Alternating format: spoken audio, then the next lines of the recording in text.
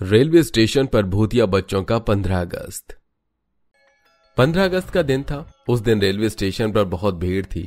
छोटे मोटे गरीब लोग और गरीब बच्चे तिरंगा और 15 अगस्त से संबंधित सामान बेच रहे थे, तो कुछ खाली रेलवे स्टेशन की खाली जगह पर पतंग भी उड़ा रहे थे।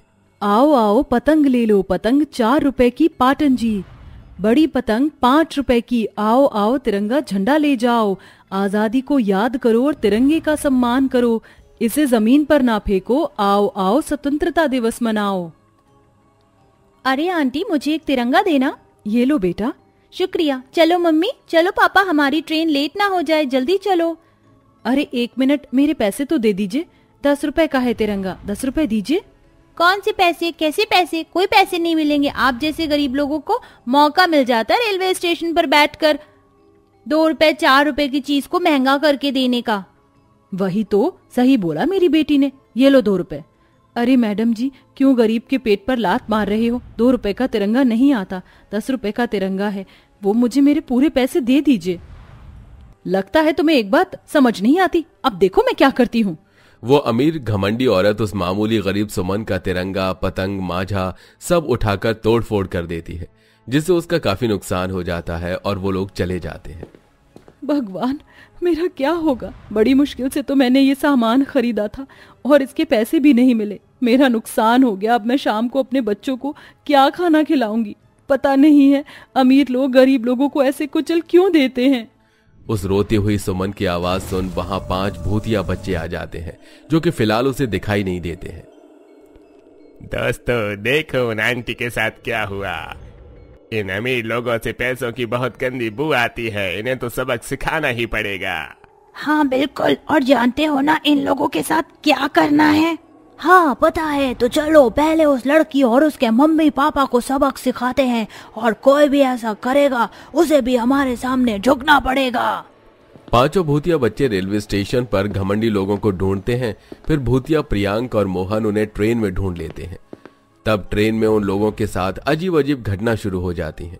ट्रेन की लाइट जलने बुझने लगती है और सारा सामान ऊपर हवा में उड़ने लगता है। ये अचानक से क्या हो रहा है मम्मी? हमारा खाने पीने का और बैग, बाकी सामान हवा में क्यों उड़ रहा है? कुछ समझ नहीं आ रहा, बहुत अजीब सा डर लग रहा है। तभी वो 5 भूतिया बच्चे उनके सामने आ जाते हैं। तुम लोगों ने मासूम गरीब लोगों के साथ अच्छा नहीं किया।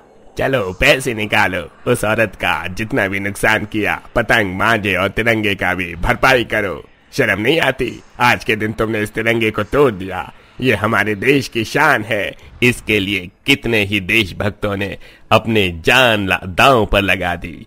जब ये बात हम जैसे भूतिया बच्चे समझ सकते हैं, तो तुम बड़ों को समझ क्यों नहीं आती? क्यों? भूतिया बच्चे, देखो हमने तुमसे तो कुछ नहीं कहा, तो जाओ हम पैसे दे देंगे। नहीं नहीं मम्मी, इन्हें पैसे देने की कोई जरूरत नहीं है। ये भी गरीब लग रहे हैं कपड़ों से, तो ये कोई भूत वगैरह नहीं है। जरूर उस औरत के बच्चे होंगे जो हमें डरा रहे हैं। अरे हाँ, ये तो मैंने सोचा ही नहीं। चलो जाओ, पता नहीं कहाँ से गरीब लोग आ जाते हैं हम अमीरों से पैसे मांगने। मैंने कहा था ना, ये लोग बहुत बेशर्म हैं और बहुत घमंडी हैं। पैसों के आगे इन्हें कुछ दिखाई नहीं देता। अब हमें इनके साथ वही करना पड़ेगा। क्या? तभी जादू से भूतिया मुन्नी उसकी बेटी को झंडा बना देती है।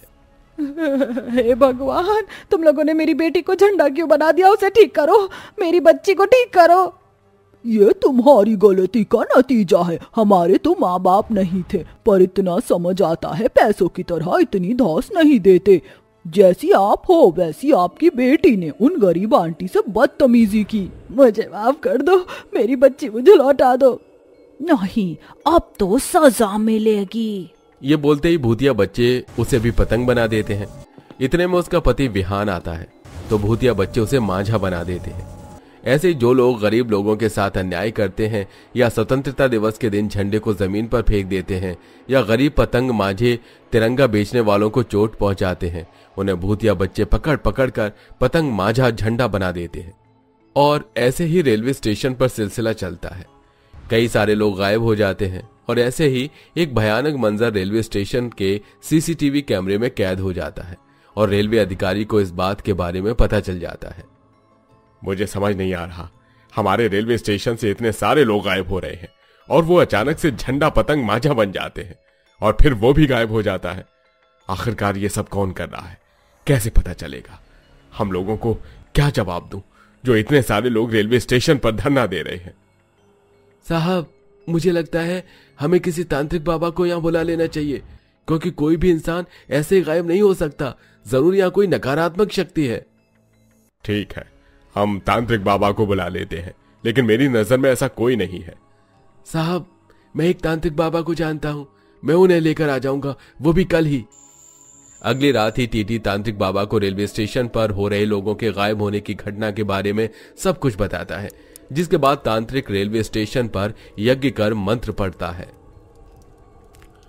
ओम ह्रीं क्रीं चामुंडाय विचे नमः। भूत प्रेत प्रचंड नकारात्मक शक्ति घेरे में पधारो स्वाहा। वो भूतिया बच्चे किसी को फिर से डंडा बना रहे थे और वो झंडा जैसे ही हाथ में उठते हैं, तांत्रिक की शक्तियां उन्हें खींचकर घेरे में बंद कर देती हैं। उन 5 भूतिया बच्चों को देख टीटी, तांत्रिक और रेलवे अधिकारी हैरान हो जाते हैं। हे भगवान, ये तो छोटे छोटे बच्चे हैं। इसका मतलब इस रेलवे स्टेशन पर जो भी घटना हुई थी वो इन भूतिया बच्चों ने की थी। बच्चों, इसका मतलब तुम ही लोगों को गायब कर रहे थे।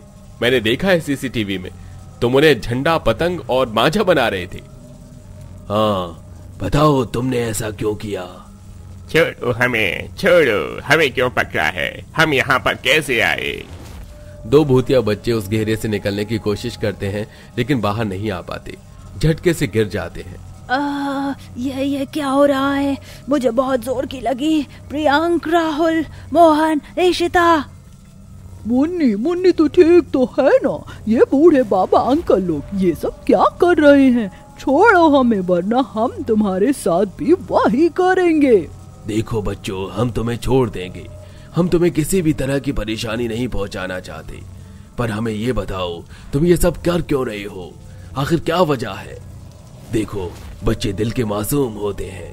हम ये बिल्कुल भी नहीं सोच रहे कि तुम भूतिया बच्चे हो। बच्चों का मन बहुत कोमल होता है, इसलिए बताओ क्यों कर रहे हो ये सब?